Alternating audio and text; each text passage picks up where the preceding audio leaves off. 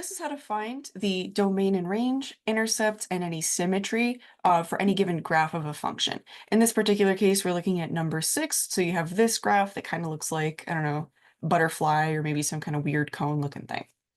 I know the official name for this, but it's not important. Okay, so first off, when I want to find the domain of the graph, I need to ask myself, for what x values do I see blue line? So in my head, I'm going to sweep from left to right. So I'm going to imagine a vertical line cutting through this function. I'm going to sweep from left to right and ask myself, do I have blue line there? Now, it's not drawn here, but I'm going to go ahead and draw it. But there is implied to be arrows that go off on either end here. So this essentially continues in the direction that it's going. So this is going to swing off to infinity in this direction on all four ends of this. Okay, so way out here, starting from negative infinity on the x-axis, I'm going to have blue line because these things continue off backwards. We just don't see that because we're looking at a small snapshot. So I do have blue line, I do have blue line, I do have blue line, I do have blue line, and stop. Right over here is the last blue line point that I have, and then I have this gap where there's nothing. So I'm going to go ahead and put my vertical line right here. This is an important spot. Okay, so next up, I'm going to continue my sweep from left to right. I do not have any blue line over here, but right over here is where the blue line starts up again. And as I continue to the right, I will continue having blue line. So what does this actually mean for our domain? It means that I have blue line for x values starting from negative infinity going all the way up to where this orange line is. Now, pay attention, you may have to count the blocks here. It looks like this orange line over here is at the value -3 because these blocks seem to count by twos, right? That's why I have a -6 here. So this is going to end up being -3 over here. So the blue line exists from negative infinity all the way up to -3, and I'm going to cap this with a bracket. The reason is I do have a point right here when the x value is -3. So I do want to include that value. Okay, and now I have this gap over here in the middle. So the blue line starts up again from 3 onwards, but to cover the little gap, I'm going to need to write a union symbol. So that's this little funky U looking thing. And then my blue line starts up again at 3. So once again, I'm going to do bracket 3, and it continues onwards towards infinity. So this would be how I express my domain. As for the range, I'm going to repeat the question, except instead of sweeping from left to right, I'm going to sweep from bottom up. So once again, because this continues downwards forever, and I'm starting at negative infinity, I'm definitely going to have blue line from negative infinity. I'm going to sweep up and up and up. I still have blue line. I still have blue line. And it looks like I don't anymore, but remember this continues upwards towards infinity, right? This is going to continue onward. So I will still have blue line as I continue going up. So what this means for me is that I have blue line for any y value that I want.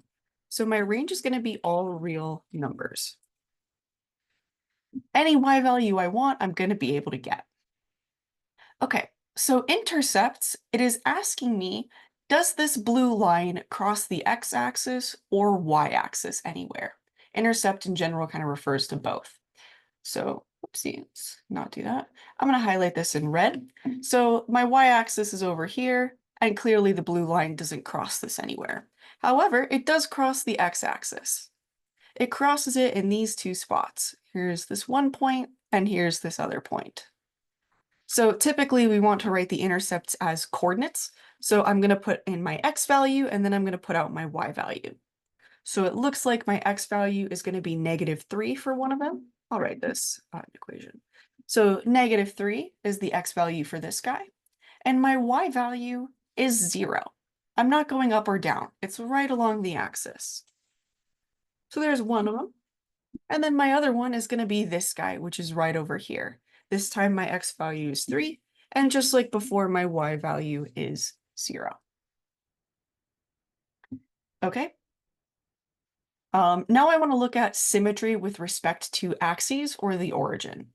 So first off, if I'm checking for symmetry with respect to an axis, what I'm going to do is pretend that this graph is made out of paper, and I'm going to kind of draw a crease on top of this axis.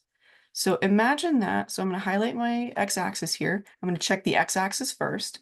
I'm imagining that this is made out of paper, and this orange line is going to be a fold in the paper. If I took this graph and I folded it over this orange line, do the two halves line up? Is this going to be symmetrical?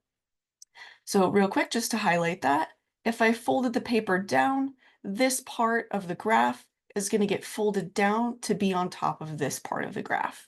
So yes, this is going to be symmetrical.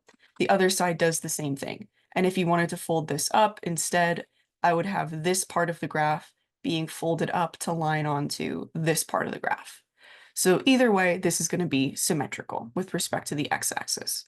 So I'm going to go ahead and switch my color to green. Check mark. It is definitely symmetric with respect to x. To check for symmetry with respect to y, I'm instead going to crease down the y-axis over here and ask myself, if I fold it along this orange line, is it going to be symmetrical on both sides? So once again, the answer is going to be yes, because this little like butterfly wing thing, that if I folded it over the line, is going to get mapped onto this part over here. So yes, this is going to be symmetric with respect to y also. Symmetry with respect to the origin is a little harder to see because this is actually rotational symmetry. I need to ask myself, so basically what I do is I imagine a push pin. I'm still thinking of this as made out of paper. I imagine pushing in a thumbtack into the picture in the middle there, and I want to spin the whole picture 180 degrees. So it's basically flipped upside down, right? So if I imagine this graph flipped upside down on its head, it would be the same picture. So this is also symmetric with respect to the origin. Now, I'm not very good at making animations and stuff. I don't know how to do that yet, but I do have an animation that I saw on YouTube that I'll be linking probably on screen somewhere or in the description. So check out that video for how to imagine symmetry with respect to the origin. But it's basically rotating 180 degrees or flipping the image upside down. Okay, so this is how to analyze a graph for domain and range, intercept, and symmetry.